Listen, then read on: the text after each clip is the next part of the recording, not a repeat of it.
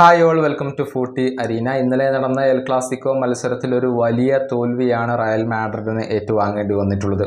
2-നെതിരെ 5 ഗോളുകൾക്കാണ് കലാശ പോരാട്ടത്തിൽ Real മാഡ്രിഡിനെ FC Barcelona പരാജയപ്പെടുത്തിയത്. ആദ്യ പകുതിയിൽ തന്നെ 4 ഗോളുകൾ റയലിന് ഏറ്റുവാങ്ങേണ്ടി വന്നിരുന്നു. റാഫീഞ്ഞയാണ് ഈ മത്സരത്തിൽ ഗംഭീര പ്രകടനം നടത്തിയത്.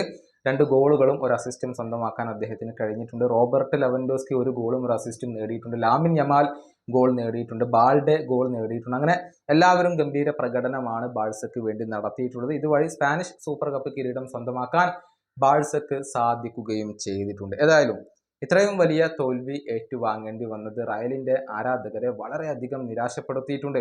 ഇപ്പോൾ റയൽ മാഡ്രിഡിന്റെ സൂപ്പർ താരമായ ലൂക്ക മോഡ്രിച്ച് ആരാധകരോട് സോറി പറഞ്ഞിട്ടുണ്ട്.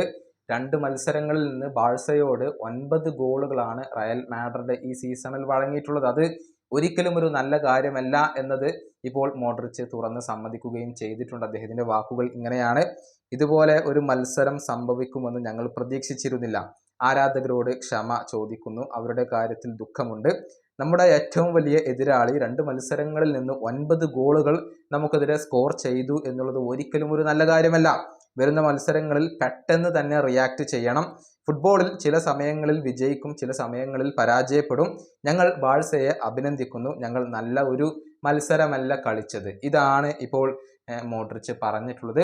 ഈ സീസണിൽ അത്ര ഒരു മികച്ച ഫോമിൽ ഒന്നുമല്ല റയൽ മാഡ്രിഡ് ഇപ്പോൾ കളിച്ചുകൊണ്ടിരിക്കുന്നത്. നേരത്തെ തന്നെ അവർ ഒരുപാട് പരാജയങ്ങൾ ഏറ്റുവാങ്ങിയിരുന്നു. AC മിലാൻ അവരെ പരാജയപ്പെടുത്തിയിരുന്നു. ലിവർപൂൾ അവരെ പരാജയപ്പെടുത്തിയിരുന്നു.